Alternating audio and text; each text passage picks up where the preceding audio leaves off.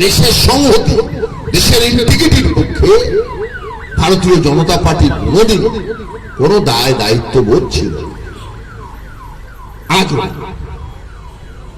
খোয়াব দেখছে, স্বপ্ন দেখছে। 30 বছর ধরে বাংলার রাজনীতির সঙ্গে কম বেশি যুক্ত, রাজনীতির ছাত্র বলতে পারে।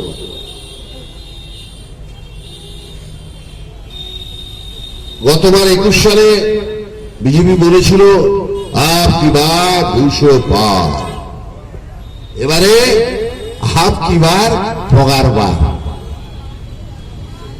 77 ছিল,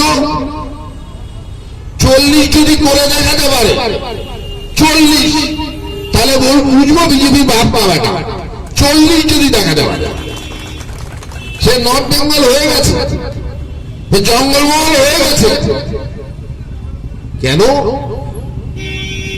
মমতা ব্যানার্জির উপরে রাগ। তুই এনআরইজিএস মাটি কাটার টাকা বন্ধ করলি কেন? মাটি কি মমতা ব্যানার্জি কাটতে যায়, নারায়ণ গোস্বামী কাটতে যায়, মান্তুষা কাটতে যায়, না ফকির গোবিন্দ হারাদনেরা মাটি কাটে? তাহলে তুমি এনআরইজিএস এর টাকা বন্ধ করে অরিজিনালি ক্ষতি করলে কার? বাংলার গরিব মানুষের, মমতা বন্দ্যোপাধ্যায় নয়। তুমি আবাস যোজনার টাকা বন্ধ করে কাকে টাইট দিলে? অভিষেক বন্দ্যোপাধ্যায়কে, নারায়ণ গোস্বামীকে? না, বাংলার গরিব খেটে খাওয়া মেহনতি মানুষ যারা খোলা আকাশের নিচে থাকে, তুমি তাদেরকে ফাঁকি দিলে। তারা কিন্তু বুঝতে শিখেছে, তারা আজকে বুঝতে পেরেছে যে এই বিজেপি হচ্ছে মানুষের শক্তি। দেখুন, বিষয়টা হচ্ছে যে মাননীয় এমএলএ সাহেব যে কথাটা বলেছেন, সেটা আমাদের যাদের দয়ায় উনি জেলা সভাপতি হয়েছেন এবং এমএলএ হয়েছেন, সেই ভাইপোকে খুশি করার জন্য এবং মাননীয় মমতা ব্যানার্জিকে খুশি করার জন্য বলেছে।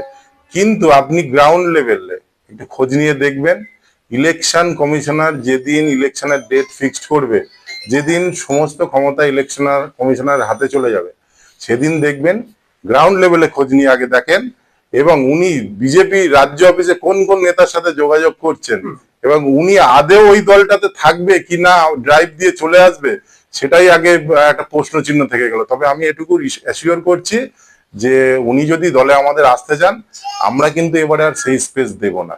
তাই ওনার হয়তো এবছরে হয়তো যদি ভাইপো টিকিট না দেয় বা দিদি টিকিট না দেয়, ওনার যা ব্যাকগ্রাউন্ড, তার যদি টিকিট না দেয়, তাহলে ওনাকে এমএলএ থাকার স্বপ্নটাও পূর্ণ আর হবে না। কারণ অশোকনগরে যে হারে উনি সন্ত্রাস করেছে, আপনি জানেন যে উনি যেখানকার এমএলএ, সেখানে স্টেজে এমন ভাবে ড্রিঙ্ক করে গান গেয়েছে, অর্ধেক পাবলিক বা অর্ধেক ভোটার তাতেই চলে গেছে সেদিন।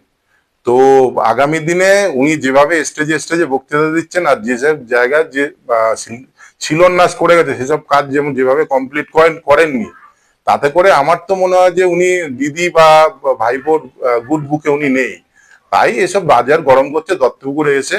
আগে বলুন যে দত্তপুকুরে যে সমস্ত সংকল্পগুলো করে গেছিলেন, সেগুলো ক্লিয়ার করতে। হসপিটাল আপনি বলে গেছেন যে এই তো ছোট সমস্যা করে দেব, হয়েছে। আপনি কৃষি মান্ডি বলে গেছিলেন, হয়েছে। এইরকম উনি বলেই যান আর হয়ও না। তা ওনার প্রেডিকশন 40-এর কথা বলছেন, ওনার প্রেডিকশনই তো ভুল।